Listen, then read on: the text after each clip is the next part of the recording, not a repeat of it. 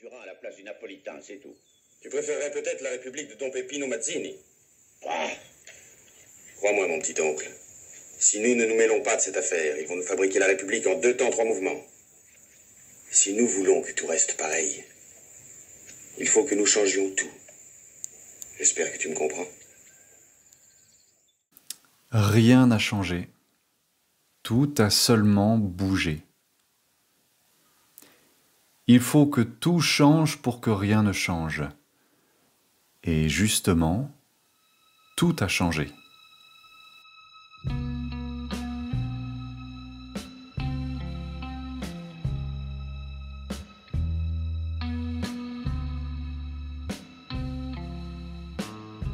Ou plutôt, tout a changé, mais rien ne s'est transformé. On assiste, depuis la fin de la Seconde Guerre mondiale, au même conflit entre les nations, entre les peuples, les mêmes rivalités économiques et militaires qui déchirent les frontières, mais ne libèrent personne. La violence n'a jamais quitté notre monde. Elle a pris un autre visage. Les masques tombent et d'autres apparaissent aussitôt pour combler un vide politique, idéologique, sociétal, parfois spirituel. Mais s'il vous plaît, ne soyez pas d'accord ni en désaccord avec moi. Essayons d'observer froidement, si vous le voulez bien, sans se raconter d'histoires héroïques sur les élans populaires, sur les progrès sociaux, sur les progrès de la médecine, sur les avancées technologiques depuis plusieurs décennies. Mais alors, si tout a changé, pourquoi rien n'a changé à l'extérieur ? Pourquoi ce monde est-il toujours en souffrance, en guerre ? C'est ce que je vous propose d'explorer dans cette deuxième causerie de Johan, un podcast pour se faire du bien, corps et âme, où je partage avec vous des réflexions et des expériences, mais souvenez-vous, sans chapelle, ni gourou, sans autorité, ni maître ascensionné ou à penser, juste vous et moi, en toute intimité. Alors allons-y, musique.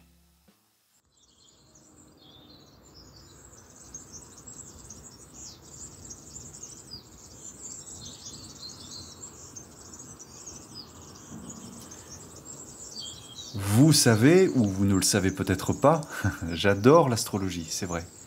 On dit que c'est la science des sciences, la science des cycles.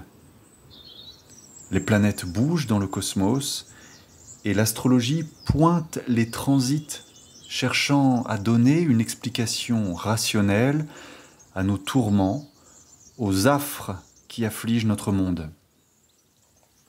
On projette à l'extérieur, au-dessus de nos têtes, des espoirs, autant que le désespoir pour exorciser la douleur et la violence de notre quotidien, pour justifier les conflits armés, les enfants tués, les femmes violées, les hommes torturés et tous les peuples opprimés.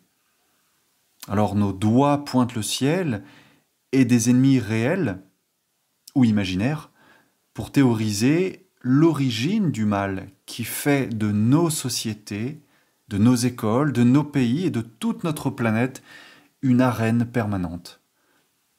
C'est ainsi qu'un tel devient l'ogre milliardaire, un tel devient le prédateur sexuel, tel autre est le tyran despotique, et encore un autre, ce fou furieux envahisseur qu'il faut exterminer. Vous voyez, on invoque des prophéties millénaires pour annoncer une prochaine fin des temps, la fin d'une ère sombre qui serait responsable de tous nos maux. On justifie en quelque sorte ces agressions par des phénomènes extérieurs, comme le transit d'une planète lente, ou comme les effets d'un égrégore diabolique.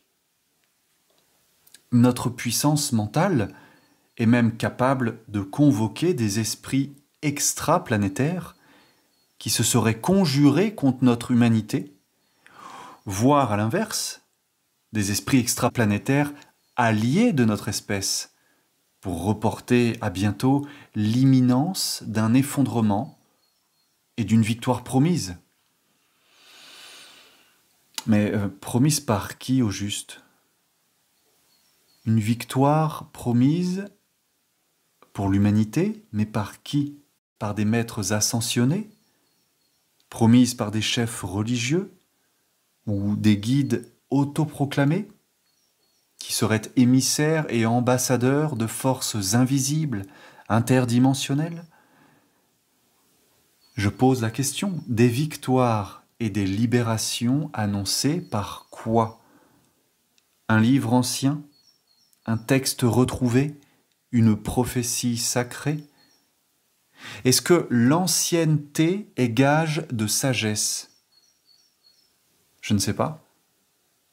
Et au juste, qui confère le sacrement de tel ou tel texte, de tel ou tel livre, de tel ou tel rouleau retrouvé dans des jarres?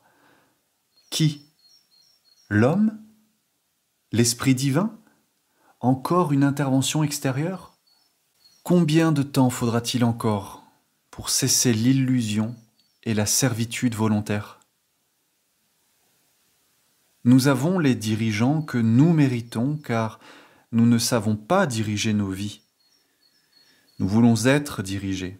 Nous aimons le pouvoir et nous le craignons comme le feu, au point de vénérer ce pouvoir quand il est remis aux mains des médiocres.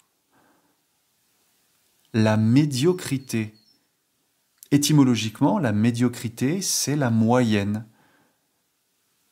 La médiocrité, c'est l'eau tiède, le ventre mou, l'espace à moitié plein, à moitié vide, on ne sait pas trop. En somme, la médiocrité, c'est l'état des choses inabouties, incréées, qui sont finies, certes, mais sans être abouties, vous voyez ? La médiocrité de nos vies s'explique non pas par l'absence de connaissance et de volonté à changer les choses, mais peut-être bien par ce trop-plein d'inutile dans nos esprits, par une volonté mal orientée et folle de s'agiter dans tous les sens pour faire du bruit, pour vouloir exister dans ce monde et pour essayer de tout y retourner sens dessus-dessous. S'agiter n'est pas vivre, pas plus que vouloir changer le monde n'est le changement.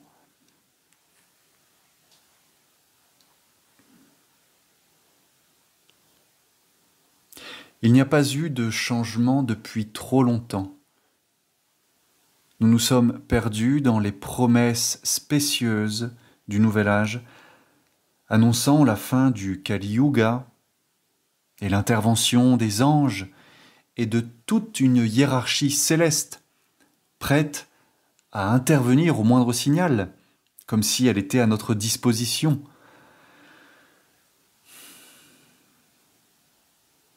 De vaines projections de l'orgueil humain. Un enfant, lui, a la pureté de son innocence, quand il dialogue avec l'ange, quand il parle aux esprits ou aux présences invisibles. Mais l'adulte, formaté par son éducation, formaté par son instruction, formaté par son travail et les codes profondément inhérents à la société dans laquelle il vit, cet adulte, lui, est comme un vase saturé d'eau croupie où stagnent des algues, des larves. Qui a réellement observé son marécage mental ? Qui a seulement osé reconnaître la boue qui recouvre sa lucidité ? Tant que nous resterons des outres pleines d'eau infestée eh bien la maladie et le virus mental continueront d'empoisonner toute l'humanité. Que Pluton entre en Verseau ou pas, que la flotte céleste du haut commandement de Ashtar soit aux portes de notre monde ou non, la maladie est en chacun de nous. Le microbe est dans notre esprit, au cœur même de nos cellules, et toute action, tout embryon de réflexion né de ce ferment est déjà contaminé. La question n'est pas non plus pourquoi. Pourquoi l'homme est-il ainsi corrompu? Est-ce dans sa nature de désirer le mal, de provoquer la destruction et la souffrance de tous ceux et de tous ceux qui l'entourent? Vraiment, je vous en prie, pour considérer cette question, il faut impérativement se débarrasser de toute moralité, de tout réflexe conditionné, de toutes ces habitudes de pensée qui ne sont au fond que de la mémoire. La mémoire est la prison mentale de l'humain, le substrat qui conditionne toute vision, toute expérience, et qui fait que rien de nouveau ne peut en jaillir. Il faut simplement oser et s'autoriser à quitter cette prison mentale faite de raisonnements hérités en pagaille de nos familles, de nos professeurs. Ce sont les paroles des autres qui se sont incrustées dans nos cerveaux et qui ont programmé nos attitudes, programmé nos réactions, notre système nerveux, nos rêves, nos ambitions, nos idéaux. Je vous en prie, voyez par vous-même la supercherie. S'il vous plaît, j'insiste, ne cherchez pas à être d'accord ou en désaccord avec moi, je le pose simplement ici. Essayez par vous-même de voir la tromperie de cette civilisation qui moule et fabrique des individus pour en faire des acteurs sociaux prédéterminés.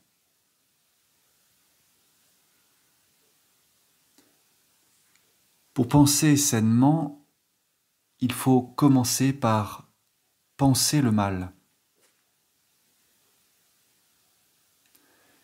Et pour penser le mal, il est impératif de commencer par vider l'eau rance de nos états psychiques conditionnés. Ces états émotionnels, ces pensées, où croupissent la morale bien pensante, la charité chrétienne, les dogmes religieux millénaires et leurs porte-voix autoritaires qui, eux, détiennent le savoir. Personne ne fait autorité sur personne, à moins, bien sûr, de lui donner la main sur votre esprit. Alors je sais, on pourrait retourner la phrase et me reprocher de chercher à faire autorité sur vous, mais je vous en prie, je ne fais pas autorité sur vous en vous invitant à lâcher la main de votre gourou ou à vous autoriser une exploration hors des sentiers balisés de votre conscience. Je vous invite à la lucidité. Le mal est réel, oui. C'est peut-être difficile à accepter, mais c'est pourtant la réalité. Il existe. Combien de millénaires se sont écoulés avec autant de sang versé et de souffrances engendrées au nom de l'avènement d'une nouvelle idéologie, d'un nouveau Dieu, d'une nouvelle promesse eschatologique, du nouvel ère. Voulez-vous réellement vivre une nouvelle ère?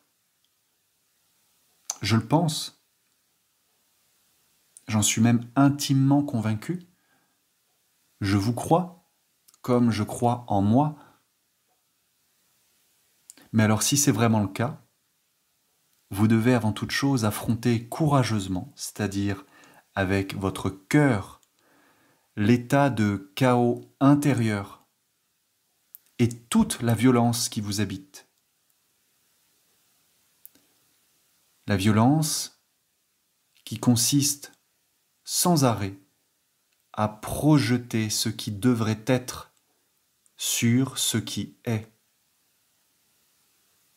La violence à vous forcer à devenir autre chose que ce que vous êtes. Car rien à l'extérieur ne changera jamais tant qu'à l'intérieur, les racines du mal n'auront pas été mises à jour. C'est par là que commence la libération. Se libérer du connu.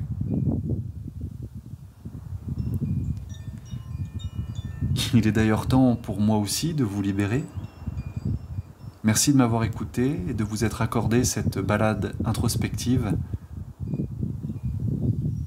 N'acceptez jamais rien qui ne vous convienne. Posez les choses sur la table.